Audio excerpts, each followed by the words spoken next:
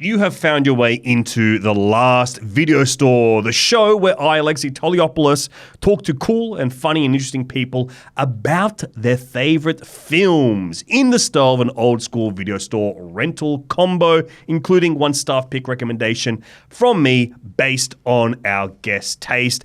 And kicking off the year, we have been rewinding to revisit a bunch of our favorite episodes, and it's been very fun doing that, I would say, because I'm getting to revisit some great memories of great conversations, talking to friends about some of their favorite films. And this week's episode is a very clear example of exactly that. Producer M, this is one of the ones that you wanted to pick. Yeah. And this is with our friends from the Weekly Planet, Mr. Sunday Movies, James Clement and Nick Mason. I love this episode. Yeah, it's such a good episode. I loved producing this episode. From a distance, because I was in Melbourne. Yes, you're in Melbourne. Yeah. I hate it when that happens. But it was just a really good episode, and I just didn't know much about them. And since then, I'm a fan. And it's just funny because this is maybe technically our most popular episode, Yeah. I think. I think so. By numbers? By numbers, because they've got such a lovely fan base that have been very supportive of me as well, I would say. Yeah. And I love doing their podcast. It's been a while since we have recorded a podcast together, me and these guys. We've wanted to recently. We have not been able to. But obviously, they're going to come back on the podcast pretty soon, I would say. But in the meantime, we were all just together recently recording an episode of Mug, the most upsetting guessing game, Auntie Donna's improv show. I actually don't know when that's coming out, and I definitely am breaking like some kind of NDA saying that it's out, but it's okay, I'm sure. I don't know when that will come out, but I just want to let people know that if you love me and you love this episode, you love the Weekly Planet guys, we've recorded an episode of the Auntie Donna improv show, Most Upsetting Guessing Game. Hopefully that's coming out soon. But in the meantime, I'm putting this back out because I love talking to these guys about movies. I love the two-person episodes that I get to do every now and then, where I have to try and pick a movie in between their choices. And this was a really fun one. The movie I picked for the Star Pick recommendation, stay tuned. It's a really great film. I don't think that many people have seen it, especially considering how many times this episode has been listened to and downloaded. I want to see the numbers rise up on Letterboxd for how many people have watched and reviewed it. Yeah. It's a really cool, fun, little, tiny espionage movie from the 70s. And so I want more people to check it out. Love hanging out with these guys. This is one of my favorite episodes I've ever recorded of this show. It's The Weekly Planet. And come check out my comedy festival show touring this year. VHS. Tickets are in the show notes to Melbourne Comedy Festival, Adelaide Fringe, Sydney Comedy Festival, Brisbane coming soon. Hopefully some more cities. But in the meantime, I'll see you at the movies, baby. And let's get into this great chat of some of the best movies, some of our favorite films from the Weekly Planet, and yours truly, me, Alexi Toliopoulos, a guy that loves movies. Hit the tape, Em.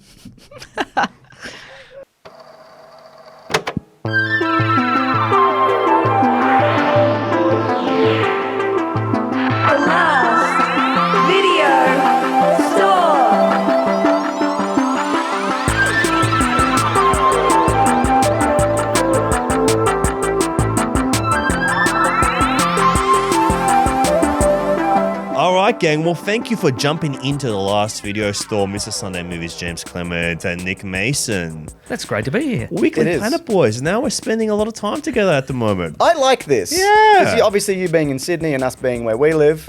Let's not get too specific, Mason. Yeah, it's just great to hang out. Yeah, it's talk great about to hang stuff, out. yeah. Talking about movies, our shared passion and area of interest. Absolutely.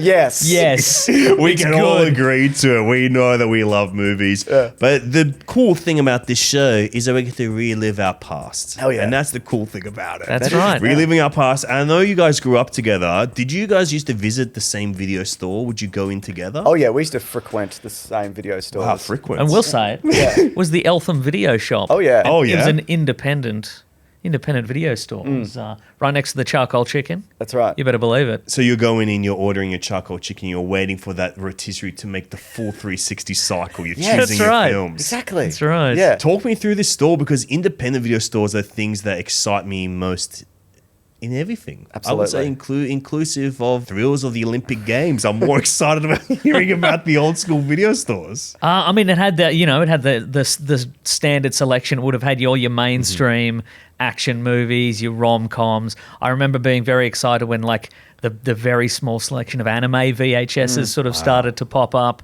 And of course there was the section of like sort of pseudo video nasties that I was always too afraid to rent, because it wasn't Pumpkinhead 2 to 4. Yeah. Maniac Cop, Eliminators, Rotor, these kind of wow. they were sort of like pseudo, like they had they were sort of like Terminator, but they didn't have the the seal of approval of like that kind of thing of like grubbiness about they had the them. grubbiness, and I'm like, do I dare rent something like this? Did you ever get a Pumpkinhead out? I never got a Pumpkinhead out. But luckily now it's all on Tubi. It's all on Tubi. Tubi is like the video store of the modern age. Like It it's really there. is, yeah. All the grub shit is there. You Yeah. can find... I'll be honest, I get emotional thinking about Tubi. There'll be years where movies are impossible to find. You look it up and you go, wow, they've just got all of this stuff on Tubi now. Yeah. And they do it for free. It's incredible, isn't it? I mean, it's good that somebody's like, these need to go somewhere. Somebody needs to see this. Yeah, the internet needs a bargain bin as well. Absolutely, yeah. there needs the dregs need to go somewhere. There needs to be a streaming service that recognizes there are movies that were made before the year 2005. Like most streaming services are like, the only movie that came out pre-2005 was The Matrix. That's it. Yeah. And then there's and that nothing was else. just barely before. Yeah. Just barely before. The times changed. That was probably the year we met, actually. The year The Matrix came out. 1999. Yeah, I would say so, yeah. Wow, that's the year you came online. You came out of those Pretty pods. much. You're That's like, exactly we're right. out here we're here meeting on the Nebuchadnezzar. That's it. I mean, because there was similarly, there was a store closer to where I lived. We did live in a similar area. Is this interesting? Look, that's not I think important. it's fascinating. Okay, Let's cool. go deep into it. What streets? What were the streets like? Was there gum on the sides of those streets? There was, again, like this local video place, that it was unbranded. Yeah. And then my little brother racked up a bunch of fines, so I couldn't go back. And then I heard they closed down and they reopened as a Video Easy, and I'm like, all right, here we go. We're I'm starting back. fresh. Clean slate, fake ID, new video card. Here we With go. these ones that are not like the chains, did you ever notice like the specific tastes of the proprietors coming through there? Did that kind of inform your I mean, taste they'd in have any way? an odd thing on the screen. If you'd go into a blockbuster, it's just whatever Fantastic Four movie was out. Yeah. But Presumably either Fantastic Four or Rise of the Silver Surfer. Oh, yeah. Exactly, yeah. Yeah, so it was normally something that I'd never seen or something I shouldn't be seeing, up on the wall. What were those little grubs that were always living in the toilet? What were those guys? Oh, the Ghoulies? The Ghoulies. the I, Gremlin I remember knockoffs. distinctly a Ghoulies was on the TV one Distinctly time, and I'm and like, the stinky. Yeah, Ghoulies is whack. Have you ever seen I've Ghoulies? never seen Ghoulies, no. I saw it at a sleepover. It's I have no memory of it actually. I still, even though I know I've seen the movie and I was disturbed as a child, I still can only remember that little green bald fella popping out of the loo. Yeah. His lovely little stripy top ensemble. I remember one year at like a primary school sleepover. We all went to the video store to get something, and we all wanted to watch Falling Down. The Michael Douglas man at the end of his rope. Young kind man of- No, he's a hero, and he's telling it how it is. Young men looking to get radicalized. You Yeah. misread that. And the guy, and this is video store. He's like, I don't think that's appropriate for your current age. It's a Really? little- He said that? But instead he recommended Army of Darkness, Evil Dead 3. Oh, so, that's right. I know that's- what you little good, freaks are gonna yeah, like. yeah, pretty good call. But Yeah, well, with the beautiful memories shared today, I'm feeling passionate. I'm feeling empathized to your experiences now. I'm taking on not just my own video store knowledge, but those of the nameless stores that turned into Video Easies at a certain point. They're all possessing me right now because we're going to go through your rental combo. We're going to talk about your new release film, then 2 individual favorites of yours each. Absolutely. And then I have an even harder thing of not just empathizing with one person, but empathizing with both of you to find you the perfect bespoke, customized recommendation based on both of your tastes, your experiences, your lives, and in fact, even your aesthetic qualities. Oh, okay. Thank you. I don't know if it'll come into play, but I'm trying to think about it. I wrote a t-shirt that reflects my choice. It's an old t-shirt. I shouldn't have worn it, but Wow. Yeah. The older the better, I say. And you can use that in any context you want. All right, we're going to get into your new release film. New release. And I would say, agree with you. This is one of my favorite movies in the last few years.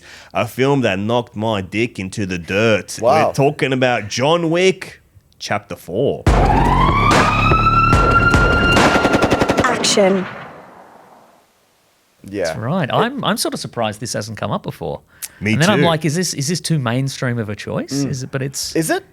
No. I don't think it's too mainstream of a choice. because we do not have a backup. People have said June 2 twice. All right. Okay. Great. Not Yeah. even Dune 1 once? No, June 1 has never come up. Unbelievable. Wow. Because June 2's out. It's Yeah. been replaced. Yeah. Usually I say older the better. I'm going to change my context. You was cool. I mean, we're not talking about John Wick or John Wick Chapter 2 or John Wick Chapter 3 Parabellum, the only one with the subtitle. Yeah. We're going straight to 4. I think it's the best one. I think it's the best one I also. was kind of over John Wick at the end of 3. I'm like, I get it. I get Yes. it. I've seen everything that I could see out of this movie.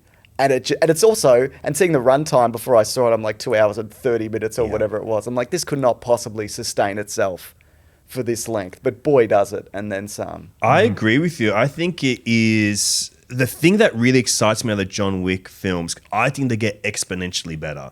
I think each one grows, and you're seeing Craig Stahelski's prowess and technical filmmaking and storytelling abilities grow unfathomably each time. And I think with John Wick Chapter 4, he delivers what I think is truly one of the greatest action films in the Western canon. Yeah, agreed. I think is exceptional. Even just the fucking lighting of this movie Yes. is fascinating and beautiful. I at the time when I came out of that movie at the cinema for the first time, the first word that I thought of was sumptuous. It's a sumptuous movie. The lighting, like it's neon soaked, and it's just all the sets are incredible, and all the costumes are incredible, and everybody's got an incredible look to them, and just it's interesting because when this franchise shifted from the kind of fairly grounded John Wick 1 to the kind of You're talking about like the expansion of the world and the coins. the coins and the coins. nonsense. Yeah. The coins and what the coins nonsense is represent. what I love. Yeah. The nonsense we're going, yes, we're going to have an insane amount of exposition to bring you into a world that is just cocoa, kanunu, bananas. When it sort of tipped over into that, I'm like, I'm not sure how I feel about this. And I enjoyed 2, and then I think 3 sort of ends in the same place it starts, so it's not really... He's on the run. He's on the run, and he's wounded. He's fallen off a roof. And then he falls off the roof again. And then, and again, at the end of 3, I'm like, I don't the know classic if we action trope of falling off a roof. That's right. Falling down, as it were. Oh, of course, you know. falling down from the roof. From the roof. That's the full title. That's right. As used in overseas markets. Yeah, that's right. The book it was based on, after all. Greeks falling down off the roof. Now, a very niche reference. Very niche, but I'm delighted by it. But and so when going into 4, I had that realization of like I think it is the there's a few things that have sustained this franchise, and one is the insane mythos. I think if Yeah. it was just a guy getting revenge and then finding an excuse to get revenge 3 more times in a kind of this mundane world of Yes. like warehouses and vans and You're talking about like the Taken franchise, basically. exactly. I'm talking about the Taken franchise and every other kind of Every other old man action movie of that beautiful genre. The geezer teasers. Yeah. But yeah, like the things that have sort of let this franchise sort of expand to the way it is the law and the full. It's the commitment. It's the commitment to the law, and it's Keanu Reeves' absolute commitment to the role and to the physicality of the role. Yeah. He's absolutely sincere. He's not quipping. The guy's never told a lie on screen. Yeah. You watch him and you go, this guy's being honest. You could put a polygraph, hook it up to the DVD player, and you go, we're reading this as true. That's right. Nothing is coming off wrong here. Absolutely. And he's just he's come from he's had a long career in absolutely committing to the role, like from The Matrix, where he everybody involved spent 6+ months training to do that, and it was the same for these movies. It's just he's as I understand it in John Wick 4, by this point he's not just sort of miming doing the action. He knows exactly what he's doing. Like there are moments in that movie where he goes to fire a gun and it jams, and he'll like change the magazine, or he'll sort of just check it. check the he'll check the gate and kind of, and he's not. They haven't planned that. That's what happened. That's what happened on the screen, and they just had the confidence to let him go. No, I can fix this. This is you know. Yeah. He I'm didn't go, ugh, somebody. someone fix this. Please, can I get help here? Yeah. I wonder if, James, you're the same as me, whereas I think the thing that I love most about John Wick Chapter 4, even compared to the rest of them, is I think it's kind of the thing that we've been getting at is the first one is a simple story. I mean, it was supposed to be like straight to streaming, wasn't it? Yeah, as well? straight to streaming. Scorn, am I correct in saying? Oh, It yeah, might it have been was called Scorn. Scorn. Oh, okay, right. Where they yeah. go, who knows what Scorn is? John Yeah. Scorn. We got to go Who and is call that it. even? We got to call it John Wick. Yeah. After all, John Carter did so well. We got to get the John franchise And the out Spiderwick Chronicles went really well, I think, so we combined there. We them. could combine these things together to make one behemoth of a franchise. But I think the thing that evolves really nicely is like the simple story then becomes more complicated in the way it's told. Yeah. But then in John Wick Chapter 4, you kind of see these influences, these really disparate influences come together in a really cohesive way, where you've got the kind of physical action, not even comedy, but the physical action of silent cinema with like Buster Keaton and stuff going in there, like the stunt actions of that. But then being infused with like, I guess for me, one of my very, very favorite films is like The Warriors. And I Yeah. always with John Wick Chapter 3 was more like The Warriors. Like it feels like it's just like this one streamlined, one crazy night journey through New York City. But then you have this thing that I also think is excellent, but it ruins the momentum of it, where he goes, well, let's go to Morocco and hang out with Halle Berry with some dogs that eat dicks. Absolutely, And yes. like, let's go there. But I think this one captures the insane vibe in a hugely encompassing way, but it does feel like one crazy night. Yeah, it really does. And I think also there's not a lot of movies where I can go like, oh, I can name 4 action sequences or set pieces from it, where you can with John Wick. You know, there's the blind guy at in the club. That's one, isn't it? That God, sure is. God, I hope so. Yeah. You know, Sometimes he's in a kitchen. He's all over the He place, is, that yeah. guy. The Arc de Triomphe, the stair fight, obviously, the showdown at the end, the top down one where he's Oh got my the God. Dragonfire gun, whatever it's called. Like, Yes. there's 5. I named 5. So you Oh know, my gosh. Yeah. And that's not even to name the duel that completes the film. Well, that's it, exactly. Yeah, and just a great twist on that as well. Just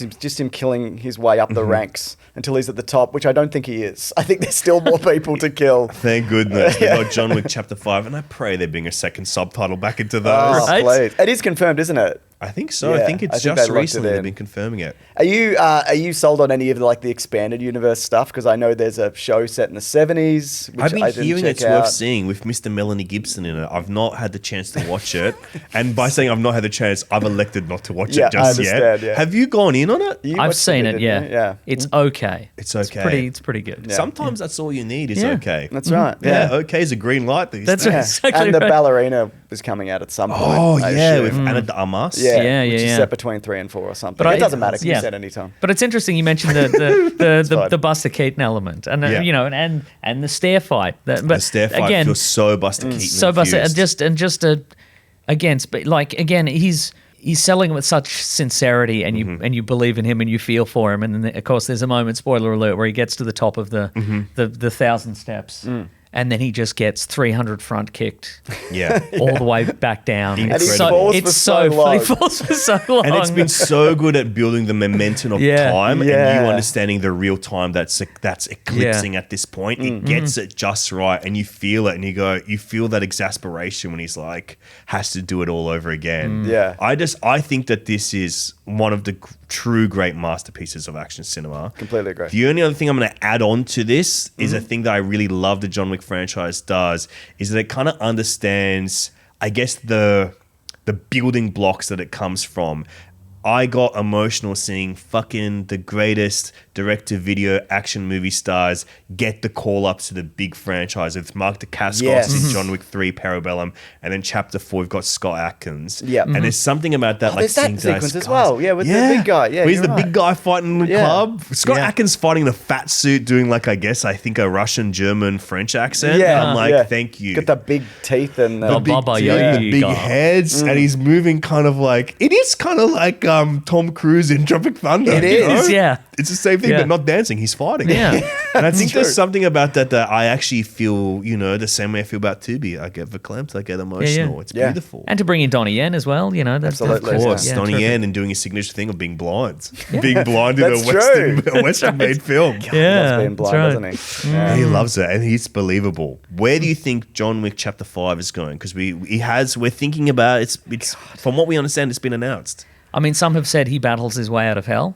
You're taking the supernatural. I'm not against it Mm-hmm. because it feels right in terms of he is he started out in a very grounded world, it's sort of grey and Yeah. it was it a real world probably, Oh but then my it's sort God. of gone its way. It's become this huge Technicolor, amazing.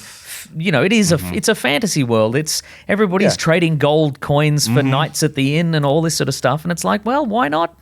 You could make it like he's in a coma and he imagined it. You Sure, could leave it yeah. ambiguous. Yeah, you that's know? true. I think that's beautiful. I'm picturing something really incredible in my mind right now. I think that the hotel, what's the hotel place called? Is it just great called the hotel? The They exploded Continental. it. The Yeah, the Continentals. I think the Continentals should have branch in hell as well. Oh Yes. my God. And he can leave messages to go to the other ones back in the real world. Yes. And they can He's- bring back Lance Reddick as a CGI monstrosity. Thank goodness, that's what we need. They planned to kill him in that franchise, right? Before They he did, died. yeah. I Yeah. hope, It's I hope yeah. so. I hope they don't bring it back. I really do But not. you know who I'd love them to bring back? Yeah. If he's in some kind of purgatorial afterlife, fighting his way back to Earth, I don't think he should come back alone. I think he brings back his lost wife and the dogs from the first Yes. movie. Yeah. I think they all coming back, and then that's the end of the movie. They live happily on Earth, or they go from hell to heaven.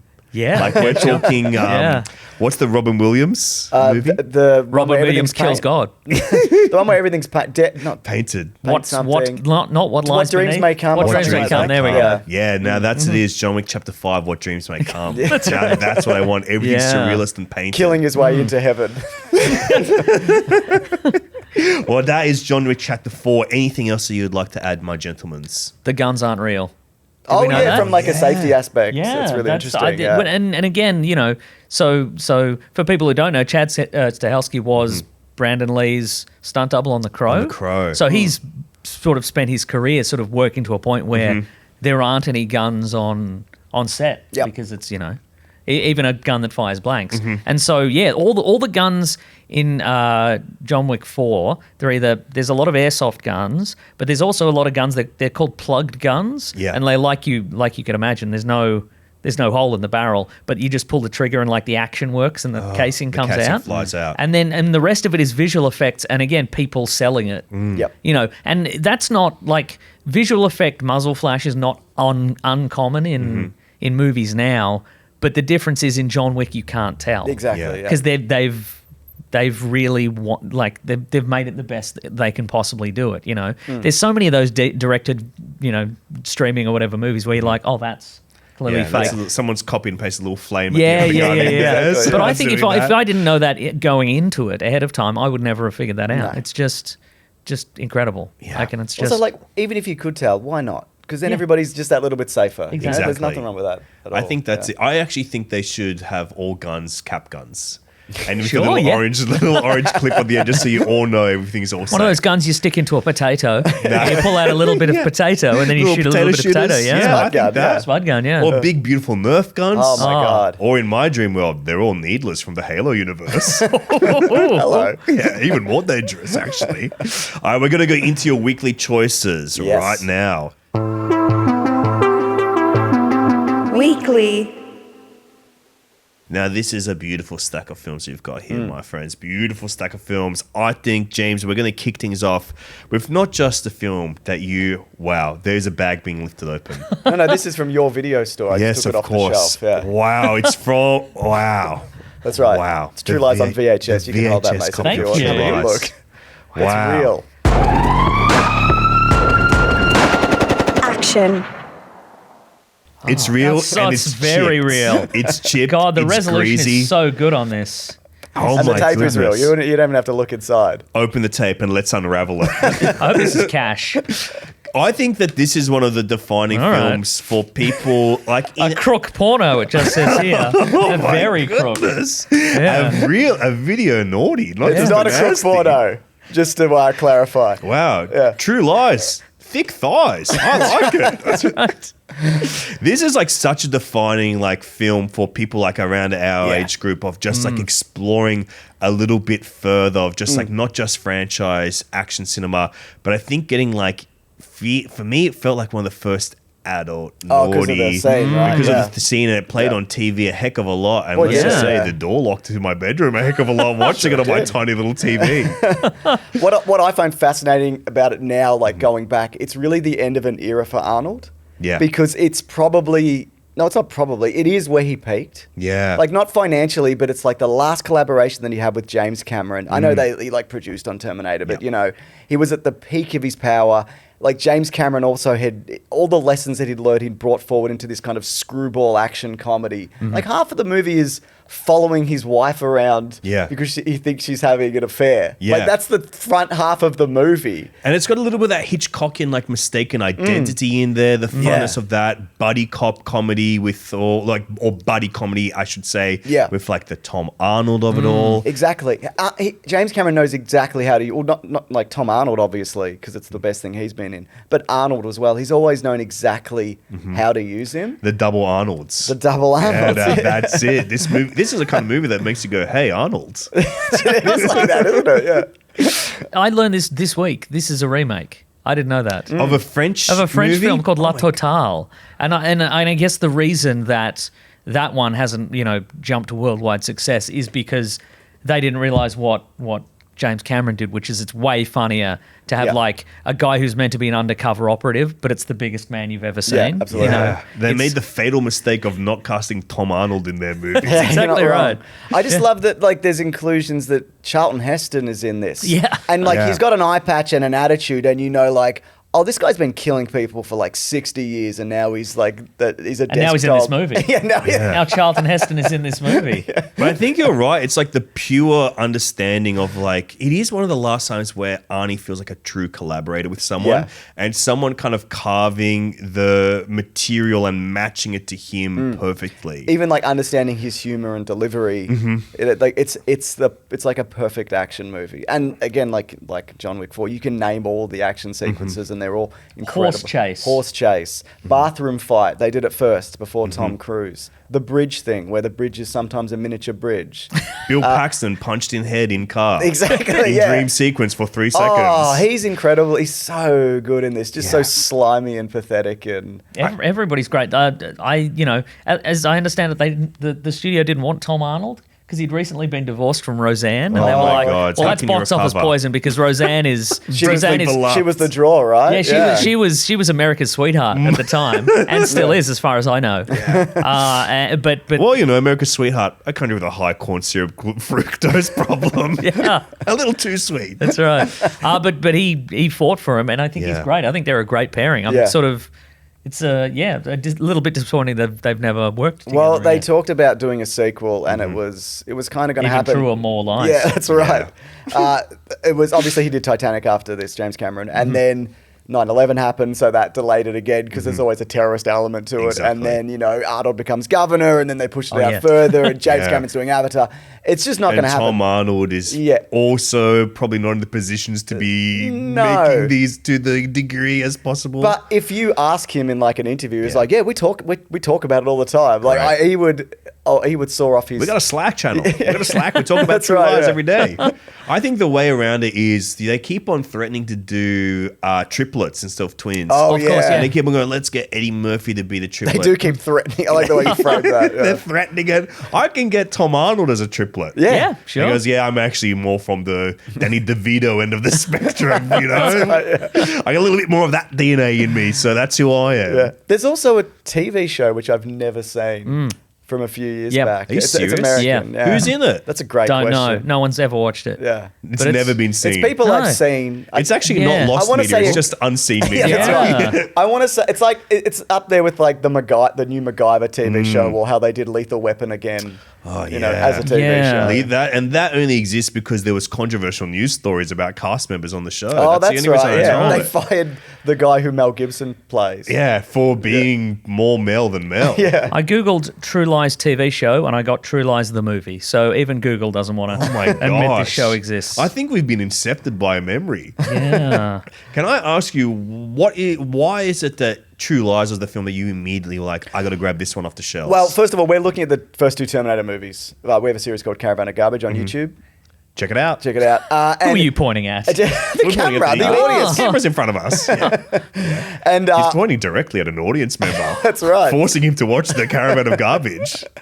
And just getting on that James Cameron kind of on that role. We also looked at Aliens as well, and we've looked at The Abyss before, and this is kind of the natural progression of that. And also, it's not something that James Cameron does do humor and action well, but he's never quite combined them like this. Is just a very compelling narrative, and it's just a very funny movie. And we haven't even talked about Jamie Lee Curtis, who's fucking incredible in this movie. Incredible physical performance So as well. funny, yeah. I think he's really good at utilizing stars, understanding their star power, but then also understanding what is beyond their star power. Like, Yeah. I think about her in this movie. Jamie Lee Curtis is really funny. She's also great at playing in peril and against peril. But then here he's able to kind of understand her in different ways. Like, how can we utilize her? When I think about, to me, the absolute pinnacle of that for James Cameron, Avatar 2, The Way of the Waters, where he goes, Sigourney Weaver, God, yeah. a woman, in my estimation, 78 years of age is my guess. Maybe I'm being too generous there, and I don't know which Because you do way like I him mean older, that. don't you? Yeah. Yes, of course. I say older's better almost every time, no matter the context. But let's get her to play a teenage supernatural being with paranormal abilities Yeah. and connections to the lords and gods and everything, and to Mother Nature. And I'm watching it, I'm going, not only do I believe this performance, I think this is the best character I've ever seen in a fantasy science fiction yeah. film. I'm so moved by it. And he just goes, well, yeah, she's been a 14-year-old girl once in her life. She can do it again. And he somehow got it to work. I don't know how that is. It sounds insane. It sounds like it. But you're right. You don't, when in that movie, which I quite like. I know people are kind of down on the Avatar movies. I particularly like the second one. But yeah, you don't, you stop thinking about it. You're like, yeah, this is a 14-year-old alien who can commune with the planet or whatever that movie is about. Yeah, I think it almost comes back to the thing we kept on talking about John Wick 4, it's momentum. When you're building momentum, and he's a genius at building momentum, you're on the ride, you're in there with the characters, you're feeling the same things the characters are feeling. You buy the stuff that could be cliche because you go, I'm in the realm, I'm in the movie, and it just works. And I think True Lies is one of the great examples of that in his career. Yep. A couple more things I just want to mention. Because it's of an era of filmmaking where there's certain things you can't hide, Arnold's stunt double is really obvious a lot of the time. It's just like a guy who's like in prosthetics or like a weird mask. And it's very obvious. And with like Terminator 2, there's a few moments where they go back and they fix that. And with this, they just you didn't. see him on the motorbikes, the one I always think about. Yeah, exactly. And it's just amazing. And also his line at the end where he shoots the terrorist through the building with the Harrier jump jet, which is also the same jet from Avengers 2012, the Hulk and that. They fly in front of it. But anyway, he says, "You're fired," and shoots him. But like, it doesn't even make any sense. Fired from what? Exactly. You're not his boss. He doesn't work for big terrorism. Well, I guess he does work for big terrorism, but you're not the head of big terrorism. So it's just like, it doesn't even... Maybe there was a subplot where the terrorist worked at Harry Tasker's fake computer company. Oh, or something okay, like that. maybe And that's then what he it could be was, like, yeah. well, you're fired, Yeah. you know.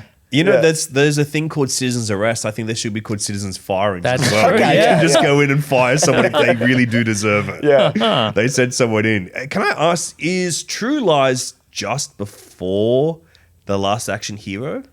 Last Action Hero was the year before. And that's Years another thing I before. think was really interesting. Actually, because I said, I want to watch The Last Action Hero. I messed it up. I meant to say this. Yeah. That's interesting because that's what this is trying to be. Like, it's more tongue-in-cheek because there's like cartoon characters and Yeah. it's set in a fictional world and whatever. But it's supposed to highlight everything that Arnold is and kind of parody that and kind of flip it.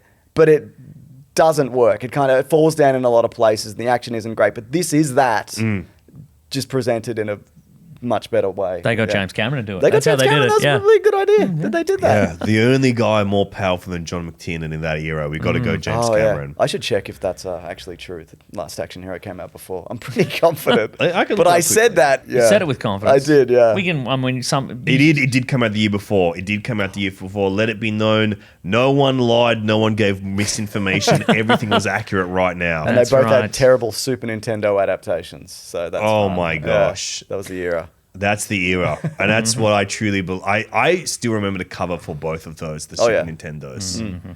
And I remember them with perfect wear and tear on those. Lovely. Why would they put things in cardboard boxes that teenagers and little boys are going to handle? They're, a great they're question. always destroyed instantly. Yeah, look, you photocopy the booklet, you put it in a plastic case, and you hand it over. You know, Exactly. that's the way to do it. That's it. You got to get the freaking laminator out there, man. You got to get a You gotta. laminator out there for all that. Well, that is True Lies, one of the greats of Arnie's career. And let me say the spelling of True Lies is True Grenade Lies. You got to put the grenade emoji in there if you're writing it That's right right. now. All right. May, so you've got a film here. We're talking 1998. We're taking 1998, a little sojourn 4 years into the future. No Super Nintendo adaptation here, alas. But and I've got a physical copy as well. This is. No, James. He's done a little. He's done a gag. no. I brought the correct movie, I also bought the correct which movie. is the John Frankenheimer movie from 1998, Ronin. I also bought And James the movie brought Ronin. 47. No, We- it says Ronin. Oh, you Ronin put with a the blue sticker tape over on it. Okay, that. Thriller. How awesome would it be if I go, damn, that was going to be my recommendation for you. I want to give you a freaking Keanu Reeves movie that's also called Ronin. And it's real. The disc is really in here. You're so full of lies. What's wrong I've with never you? met a guy that's utilized having access to a home printer so perfectly before. This is a real copy that I took the disc out of. But yeah.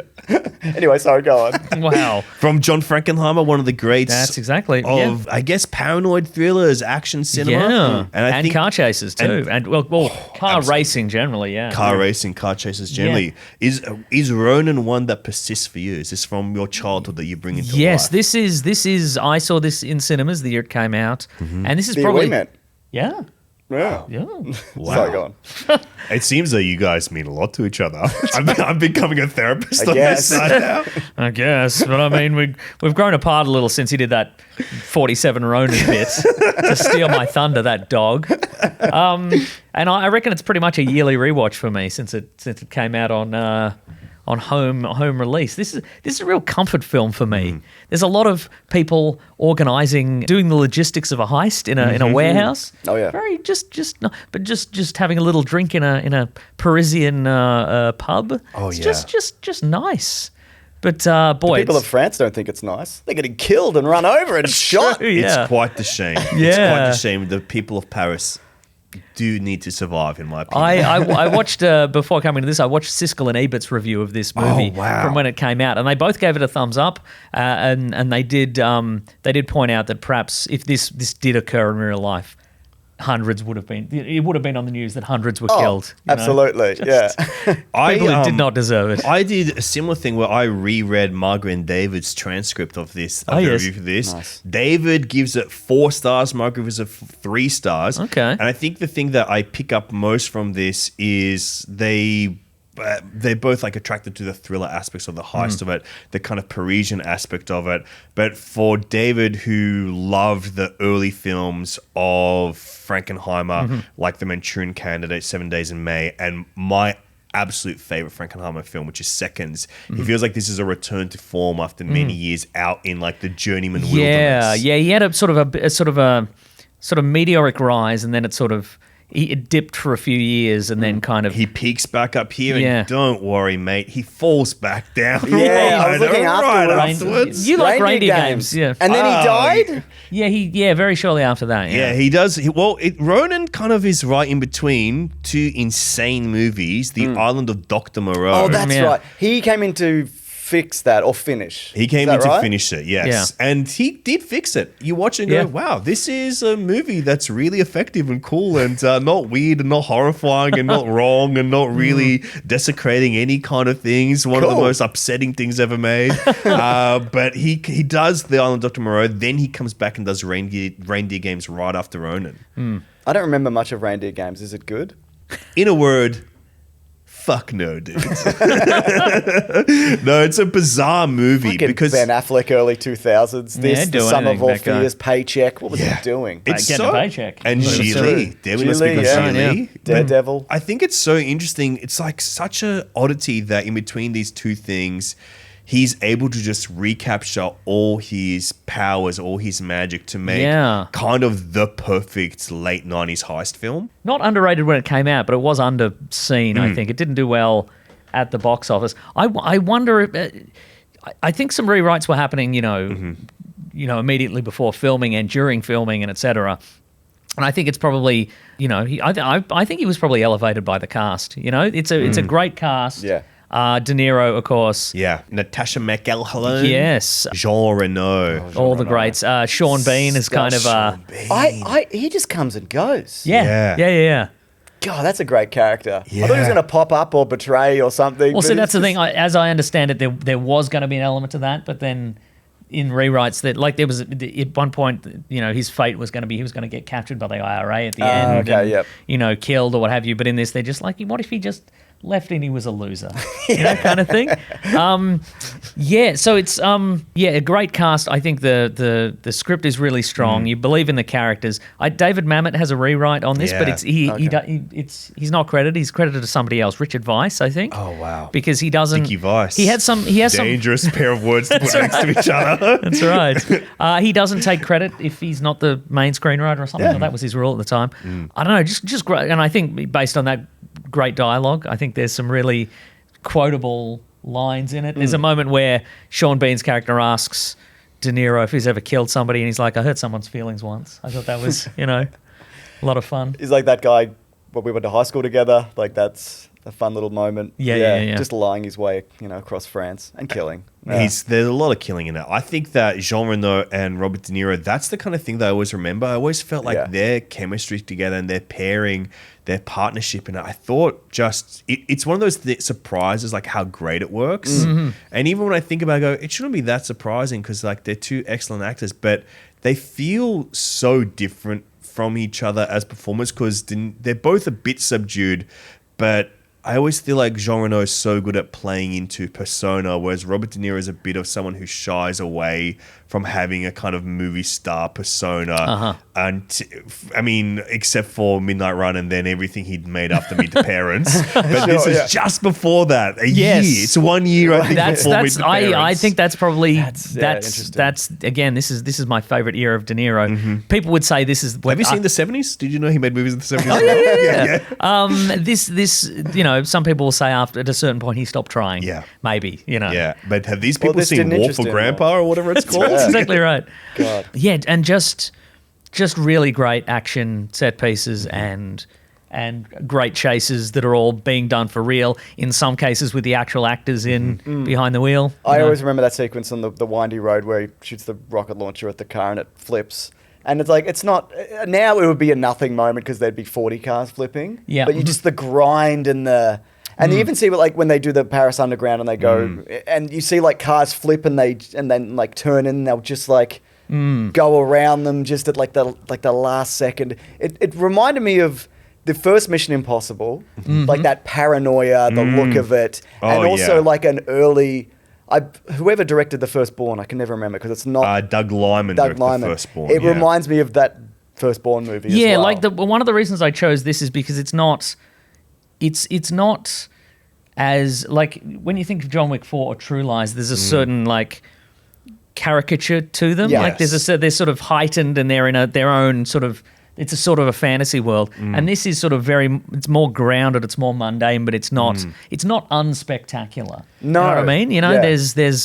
there's a lot going on. He's very good at finding that grounding. Island of the Moreau aside. Yes. He's very good at doing that. Like when I think about Seconds and The Manchurian Candidate, they're both like these kind of paranoid thrillers that have something a little bit more heightened outside of the world. Like the idea of these indoctrinations in Manchurian Candidate, and then this more overtly science fiction idea in Seconds. And I think that he's very good at finding the cinematic language to communicate those in a way that can be subdued. And this was one of the films I was toying with as a recommendation for you guys. Okay. But I'm just going to say it out loud now, and I'm just going to throw it away. And it's a recommendation, but not the official recommendation. This is a free one. This is a free one. This is a freebie for you guys in case I fuck up the big one.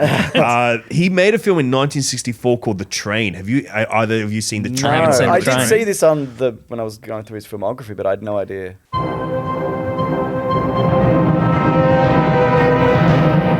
War. The Train is quite excellent, and the best way to describe it is it's Die Hard before Die Hard. Okay. But it's set in World War II with Nazis and with like art heisty type stuff Okay. right there as So well. Die Hard's like this in a building. Yeah. That's what we're talking about, right? We're talking about we're no longer vertical, we're going horizontal with Train. Oh my God. It's very much that with Burt Lancaster in that role, but God, I should have just given you this as a recommendation. Sounds incredible. The pressure's back on me. It really again. is, yeah. I don't know It's how you're gonna kind of top that. perfect. Yeah, well, I'm going to try and top it. Yeah, And I yeah. don't mind if I fall short. I don't know if you mentioned it. You might have mentioned in passing. Did you because he directed French Connection too, Too, he right? did, Yeah. Is that? is that him or was that? I think it was. No, him, it is wasn't him, yeah. I Is always that- think if it's- Is that anything? Because I read some reviews and people are like, it's good, but it's not like It's know. it's because I Gene don't- Hackman's returns and I've seen Yeah. her a few times, and like I love French Connection. Obviously, I'm a film nerd, so I love the French Connection. French Connection 2 is kind of like it's a bit of a bummer, but it's interesting to see what how they're beginning to conceptualize what sequels are, because there Right. are sequels before that. Like there's lots of films from like the 30s and 40s that have sequels, but they're a little bit more rehashing or something like Yeah. that. I think in the 70s when they're like the American New Wave, when they're trying to figure out sequels again, there's something quite interesting about that. So I think there's value to watching it. But the only thing I remember about it is they force Gene Hackman to do heroin in like one of the first scenes, and like then they also force him to like they kidnap him, force him to do heroin, and then the actual torture is they force him to what is it called when you when you have the heroin and you're trying to get it out of your system and you're going crazy from it. Go cold turkey. Oh, okay. Um, Not Not right. cold turkey, but there's like the term as well where he's unfortunately it's never going to come to me.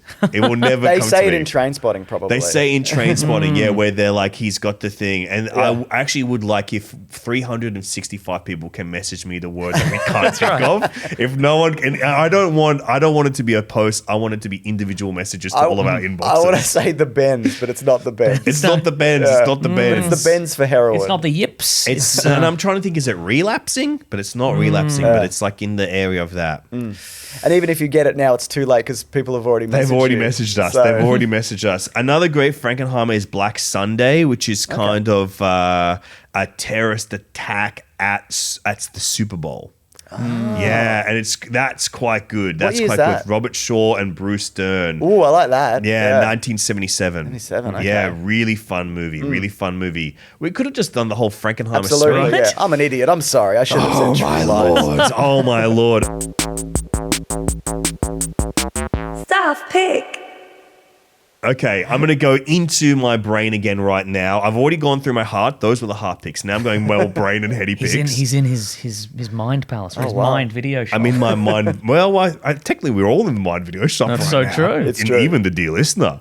I'm trying to go what in the mix of films. Where do we want to? What flavor of these three films would you like to be the most prominent in your recommendation? I like the idea of Ronin. Like, to be Yeah. honest. Yeah, Something a revisiting little- that, I was like, yeah. God, this is good. Okay. Revisiting, I might not have ever seen it. I can't remember, but I'd seen enough of it to be like, ooh, We're I've seen going some of this. We're going to go to Ronin. We're going to 1973 with this film. This Okay. is another film that kind of takes a little bit of the mold of a heist film, and it communicates through a heist film. Has the feeling of that, but instead of it being a heist, it is assassinations.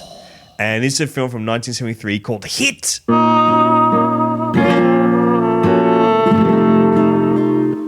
Crime. Exclamation point by Sidney J. Furie, who's another, like Frankenheimer, a great journeyman of cinema. He's made films in almost every type of genre. I'm going to give you a little bit of a synopsis. A federal agent whose daughter dies of a heroin overdose is determined to destroy the drug ring that supplied her. He recruits various people whose lives have been torn apart by the drug trade and trains them. Then they all leave for France to track down and destroy the ring. And let me tell you who that person is that is recruiting these people. The assassin that wants to kill the drug ring. It is Billy D. Williams. Oh my God. Damn. Yeah. Pre-Empire Strikes Back, Billy D. Williams. Pre-Empire Strikes Back, Billy D. Williams. And I think William maybe he's- December Williams, full name. Full name. That's one of the Don't great- message me, that's true. And then it's not just him there. He's joined by like kind of an interesting eclectic mix. A lot of character actors, different groups. Two of the people that are with him are an older couple that were espionage spies earlier in their life, but their son was someone who also came to be a heroin addiction. So he's just kind of not stuck with, but these are the people who have the drive. People that have the drive Yeah. and because it's a rogue mission. This Yeah. is like a rogue nation that they're going after Damn, right they're now. doing a Rogue Nation, They're Mason. doing a rogue nation. They've Just actually checking all the boxes. they've taken Ghost Protocol on this. They've no. elected to go Ghost Protocol. So it's this old couple, and I think that's the thing that really excites me. There's this really unassuming, short, old couple. They're like little pudgy. They've seen their like their best days, and the way that they utilize them to enact these assassinations, it's so thrilling and so exciting. I don't want to give anything away because it's the most unique thing in this film. The other unique thing, one of the other people he recruits is played by Richard Pryor, who plays an ex-Navy SEAL who joins them. But it's also Richard Pryor doing this kind of hat on, hat off persona thing is a way I put it when comedic actors kind of go, he can speak as Richard Pryor, basically doing bits and being funny, but it's never stops being a real life person. And he's still Okay. doing, Yeah, okay. it would be the same way that Richard Pryor communicates Pre like with See No people. Evil, hear no evil, whatever that. Yeah. Pre that, Pre like it's- Superman 3. It's very early in his career, and interesting. I think that this is like quite a beautiful film. It meanders a little bit for its runtime, but there's like real power here, and that premise gives you like a great emotional buy-in.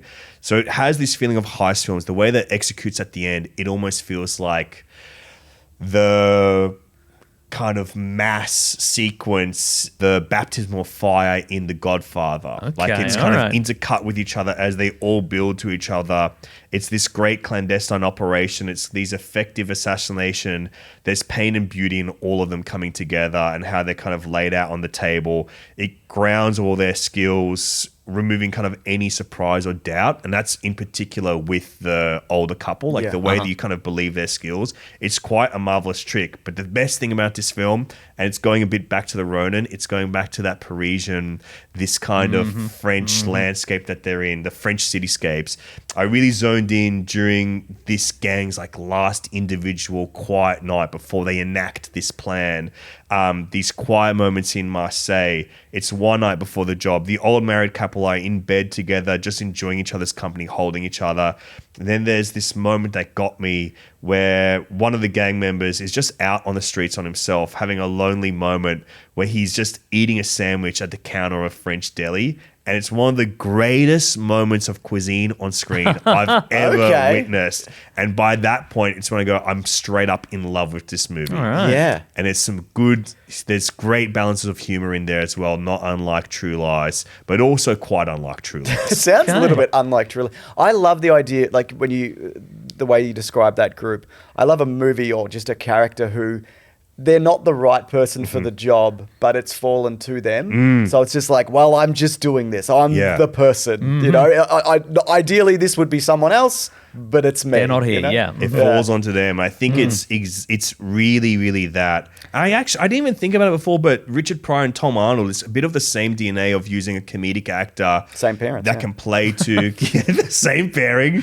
Now that, if only we could get them together. If only we could get them together. But there's something in that just like, it speaks to, in a weird way, with like these heist films, like even Ocean's 11, like getting like comedic actors, it grounds them by going like, yeah, there's funny people. There's a whole group of people together. One of them should be funny. People are funny. Yeah.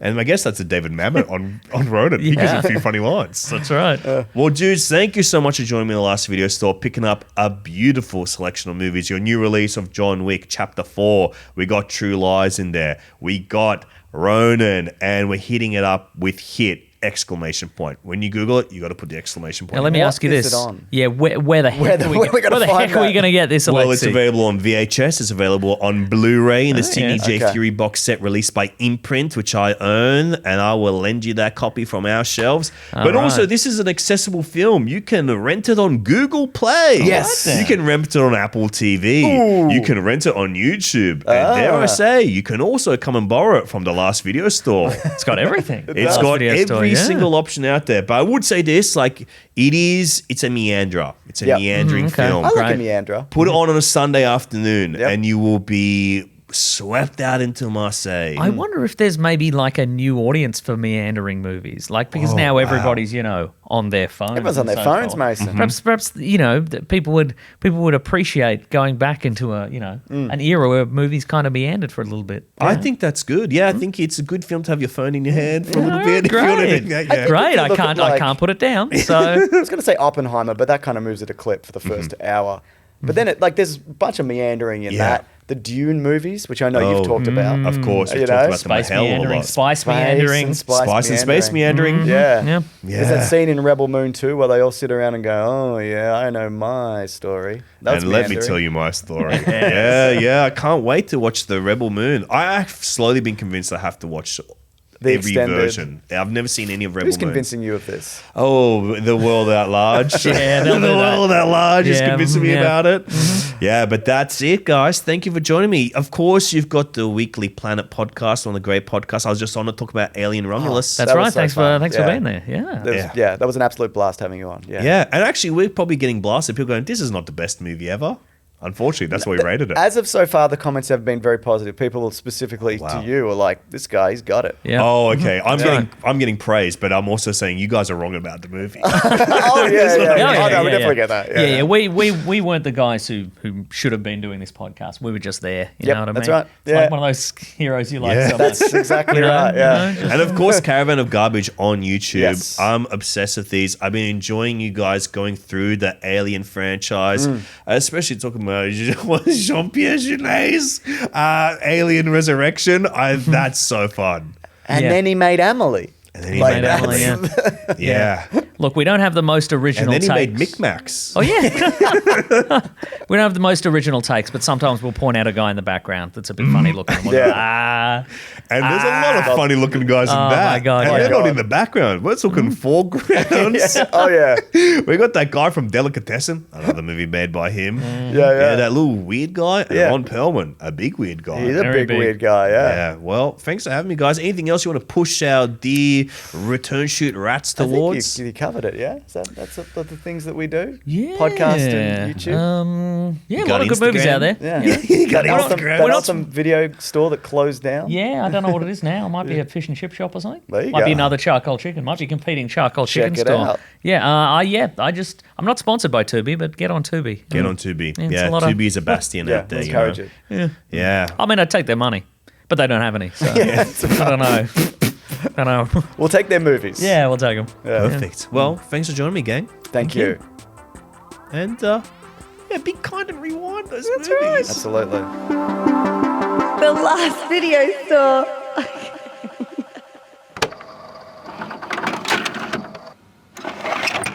So that was our chat with Nick Mason, Meso, and Mr. Sunday Movies, James Clement. Now, Em, you've been saying... Yeah, I was just saying that because this is such a popular episode, especially on YouTube, we just constantly get new comments, even though this episode is quite old now. And they're all like inside jokes. Like, I have no idea what any of these comments mean. They're like talking about killing people. They're What the heck? not in a bad way. They're going to kill me.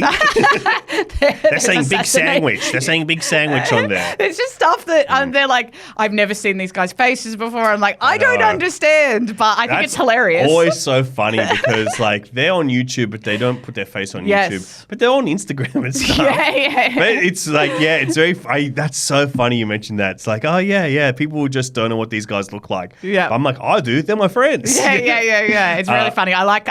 I don't understand any of the comments, but I like them. I'm like, hell yeah. Well, that is this episode with the Weekly Planet. The movie I recommended to them is Hit. Track Down. It's such a cool movie.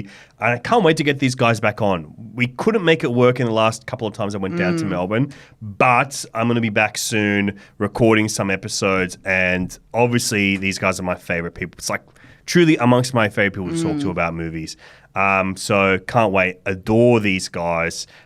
In the meantime, check out my comedy festival show. Stay cool. Right now, Em and I are in a tiny little back room of the video store here recording these intros. There's no aircon. There's actually no so aircon. sweaty. Look at the YouTube. Go down the YouTube. Look at the Spotify video. I am drenched in sweat. I'm wearing black terry toweling because it's a bit flowy, but then it actually traps some heat in.